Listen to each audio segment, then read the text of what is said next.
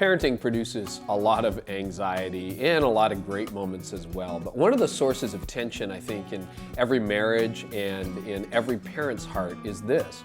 How do you enforce the rules while still maintaining a relationship? It's a very, very difficult balance, and people approach it from different ways. Some of us, for example, and this would be me, tend to be a little bit more on the rule side. We're just really concerned that the kids, they go to bed on time, they do what they're supposed to do when they're supposed to do it, they listen and they obey, and it's important because, well, we believe in the Bible and God and obedience and the whole deal.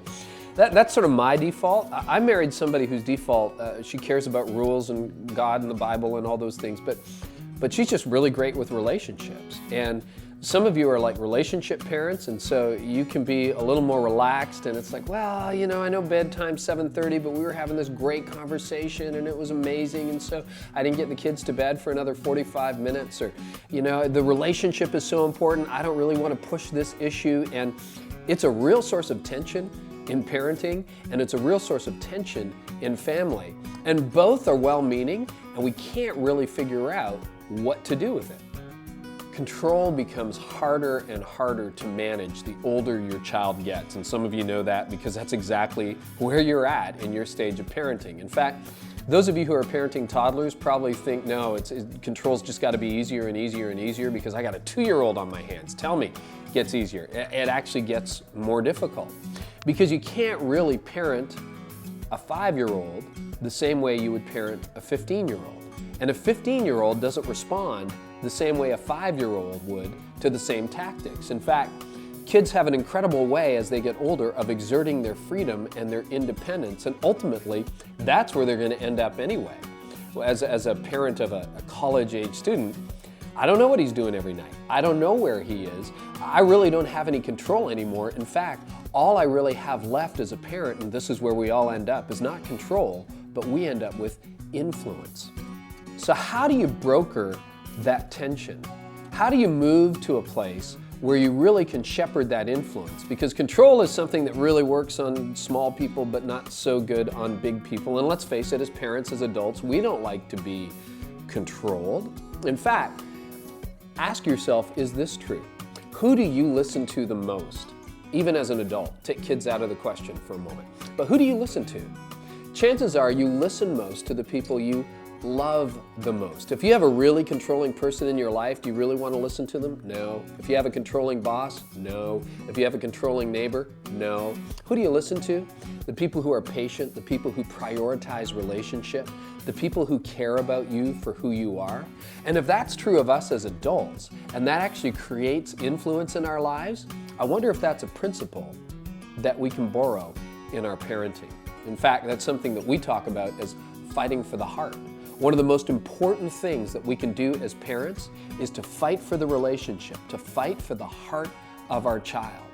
And for those of us like me who are a little more rules-based, that can be a big challenge because we're worried, well, if it's all about relationship and it's all about love and it's all about influence, what happens to the rules? What happens to the curfew? What happens to all of that?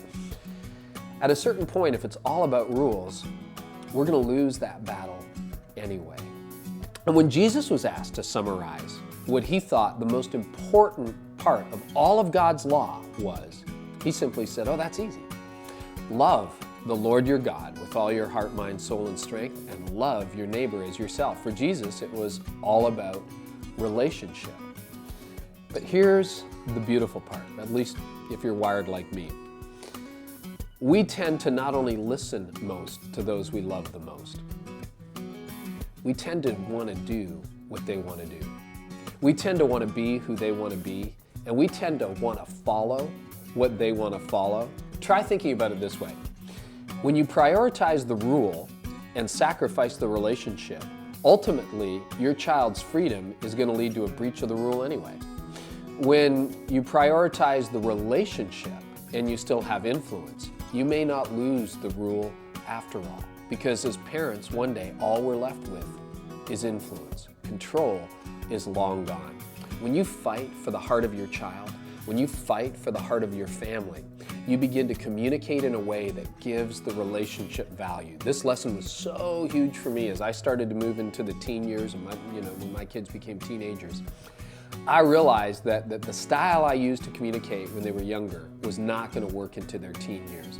And when I communicate a rule that I'm passionate about, I need to do it showing them that they're actually more important to me than whether the rule gets followed or not. Now, I'm still passionate about the rule, but when I show them that they matter, that I care about them, that I love them, that they matter to God, and that the love that we're trying to model in our family is unconditional, the likelihood of them following the rule is significant.